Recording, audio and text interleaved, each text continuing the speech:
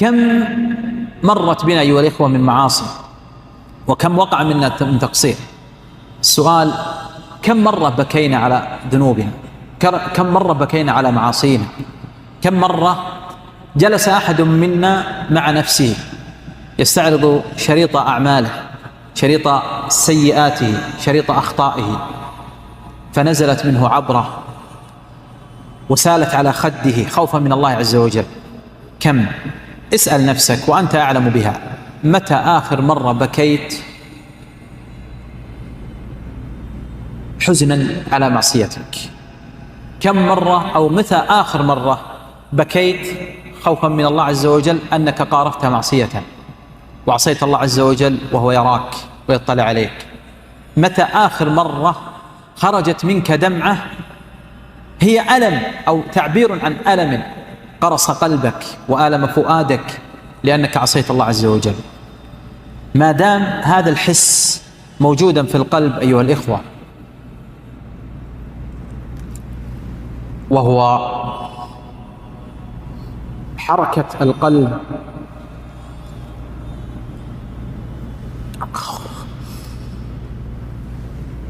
خوفا من الله سبحانه وتعالى على الذنب والمعصية، فهذه علامة إيمان، هذه علامة إيمان.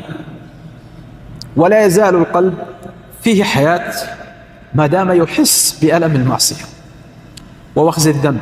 لكن الخوف، كل الخوف أن تستمر الذنوب على القلب فلا يبالي الإنسان حتى ربما مر عليه في اليوم الواحد عدة ذنوب ولم يتأثر، ويكون الذي يغره ستر الله عز وجل.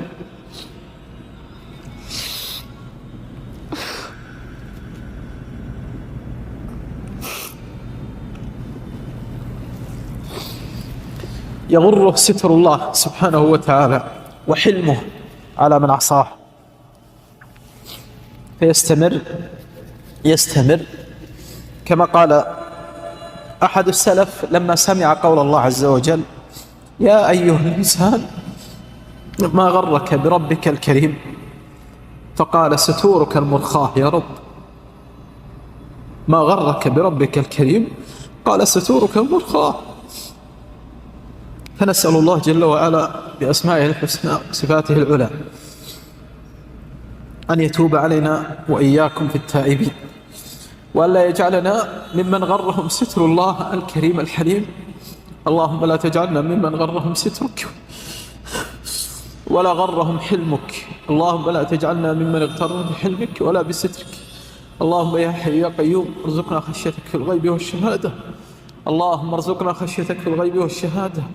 اللهم ارزقنا خشيتك في الغيب والشهادة يا رب العالمين. اللهم اجعلنا ممن طابت حياتهم وممن طاب مآلهم وممن طاب منقلبهم إليك. اللهم اجعلنا ممن تتوفاهم الملائكة طيبين.